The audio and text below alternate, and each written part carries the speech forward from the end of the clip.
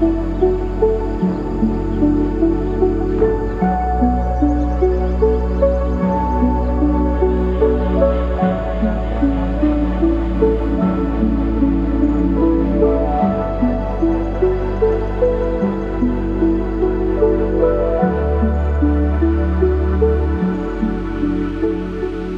we're focusing on an artist called Øneheart, and there's a lot to learn from this artist. In the last few years of their discography, they've released a plethora of music. From the stereotypical lo-fi sounds to boom bap, almost kind of future garage stuff, and most notably dreamscape ambient tracks. And that's what we're going to focus on today. Songs like Snowfall, Outside, and This Feeling. Let's jump into it.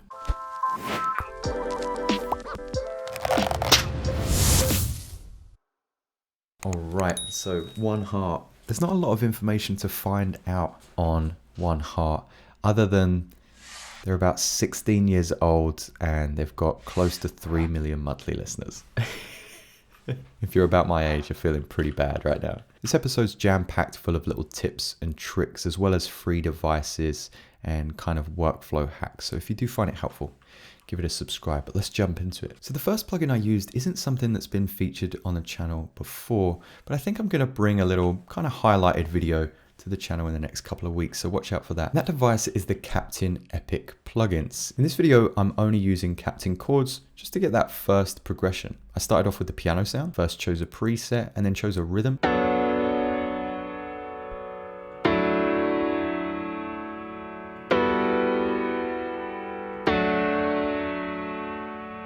So we're in D major and I just exported that MIDI out. That's why a lot of these MIDI clips are going to read Hatton chords. There's a lot of duplication going on. That's how we're going to get a really rich sound. The first instrument I used was the operator. And originally that operator would have sounded like this.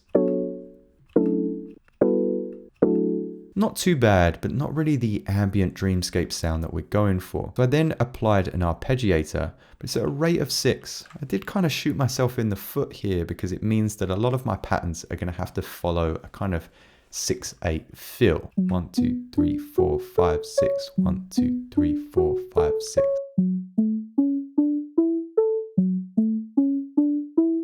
The last 3 devices put us more into a dreamscape world, so remember that when you're trying to create ambient instruments. We've got the echo to give it more of a stereo manipulation and a delay, Valhalla vintage verb to spread the decay of our instrument, and then just a utility so we can control the gain. There's going to be a lot of automation in this project, but I think I'll come back to it at the end.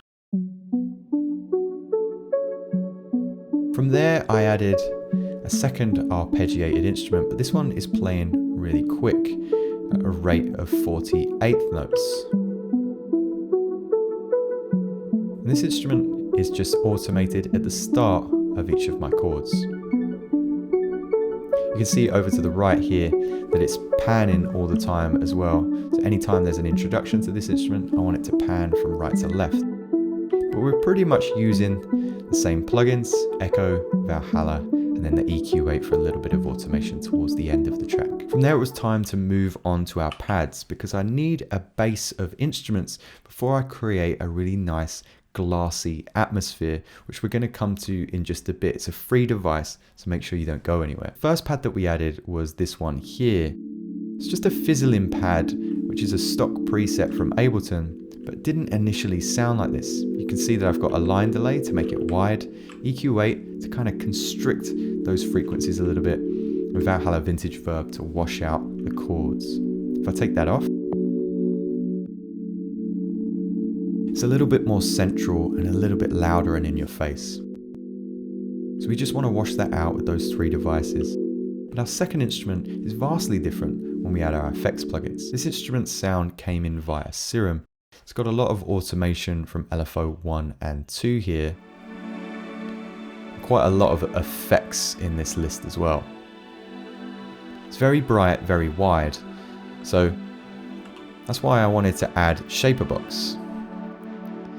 See, Cable Guy's Shaperbox has this noise function, and that kind of allowed me to add just a little bit of texture to this instrument, but then the filter allowed me to kind of bring down some of those harsh resonances.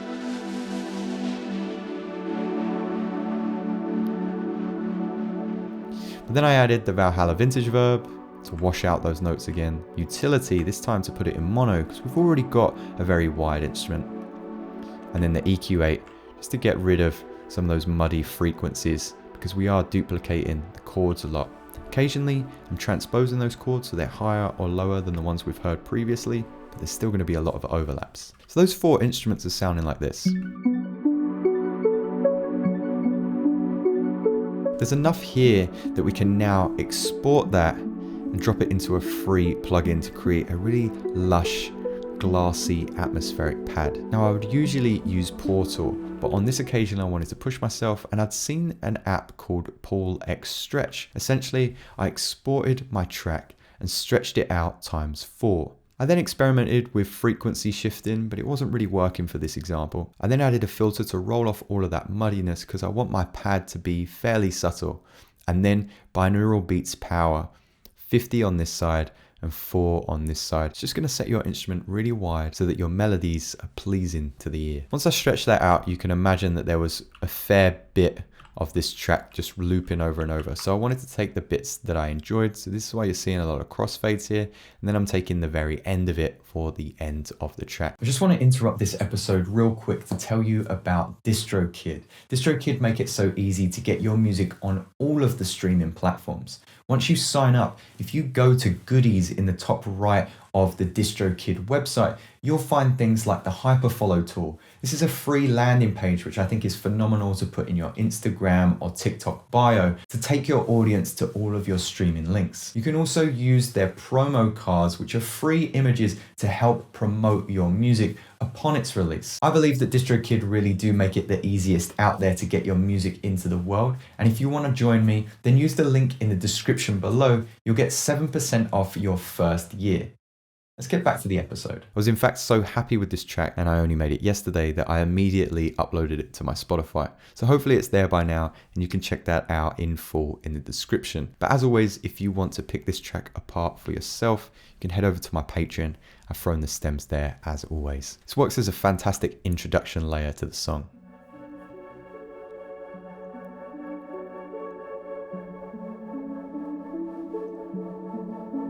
It's a super nice instrument.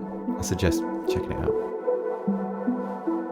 From there I wanted to create the bass, and it was super simple to do so because, as you can see in the piano roll, I'm just going down in a descending pattern. Got this kind of vaporwave sound coming from Serum. You can see I'm automating the envelope here and a little bit of the attack later on. Also automating the EQ8 and a line delay because I want it to be wide, because we've got another sub bass just underneath. I don't know if you'll be able to hear this without headphones. A little bit of Waves R bass here because it does help pull it out of small speakers. We're just combining those.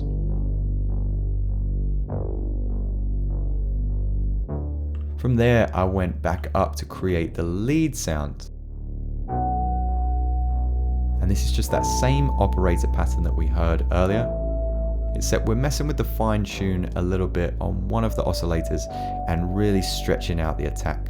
So you can see that I've turned off the arpeggiator, but I've still got the echo here, maybe some slightly different settings. Valhalla vintage verb, as always, utility, and then the EQ8 there just to roll off any of the bright frequencies. Gives it a really ghostly, ominous feel.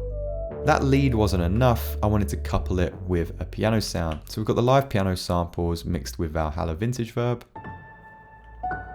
From there I really started to delve into the manipulation, modulation and automation of this track. And here's where you've got to have a little bit of patience. Because if I expand these tracks, you'll see that pretty much everything has automation on it. For the first instrument, we've got automation on the oscillator. I want to make sure that over time, my operator instrument is kind of changing its sound. We're automating the echo and feedback on this arp, the Valhalla vintage verb mix, utility, the gain and the width, and then just the track volume itself at the beginning of the song as well. If you don't take anything else away, the echo trick for this is really nice. What I did was just draw this in by hand as the song was recording, and then duplicate that each time. Every time I duplicated it, I just increased it just a tiny bit. And the effect that that gives is kind of overwhelming feedback towards the end of the track.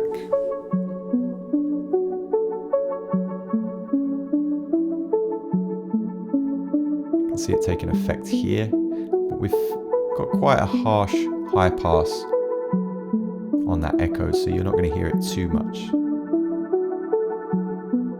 We already mentioned all the panning on the quick arpeggiated instrument, so let's dive down into the lead. With this instrument, I'm just increasing the mix of the reverb on some of the notes. It allows it to stretch off into the distance. Not too much going on with the piano apart from some volume automation. The same goes for the pads, but with the basses, we're constantly moving them to a brighter or darker place. These kind of do the inverse of each other towards the end of the track. The same goes for the wet of this pad. As we move towards the end of the track, this gets a little bit more reverberous and sounds, again, a little bit more lost in the mix.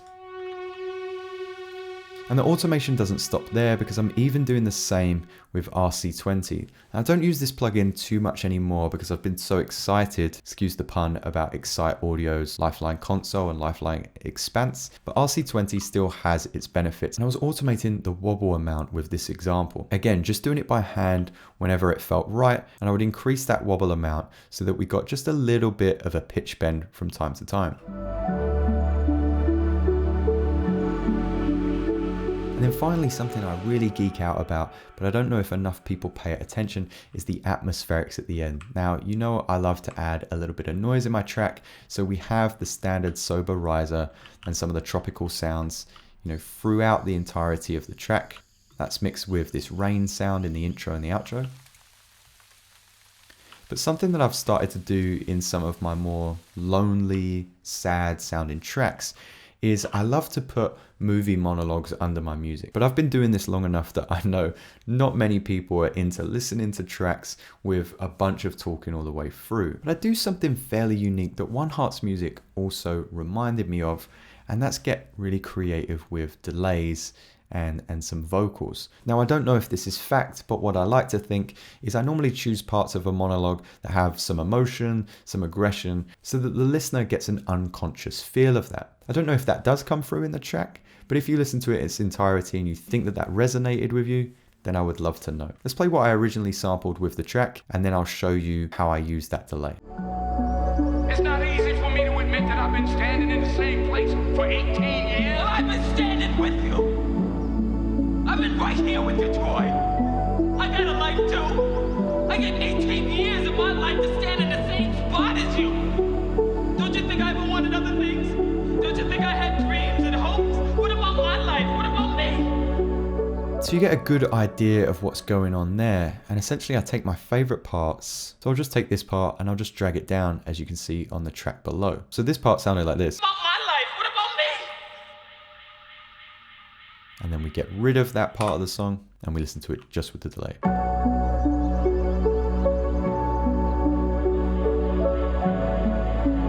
Again, I don't know if it's something that resonates with the listener or just something that I enjoy doing in my music to make it a little bit more experimental. But why don't you try some unique ideas of your own and let me know what you like to add to your music in the comments. It's pretty much all I have for this video, but I hope you did enjoy it, guys. As always, it's been a pleasure. You can find the stems at the Patreon. You can listen to this song on Spotify, and if you want to let me know what you want to see in future videos, then just jump down into the comments. Thank you so much for stopping by, and I'll see you next time.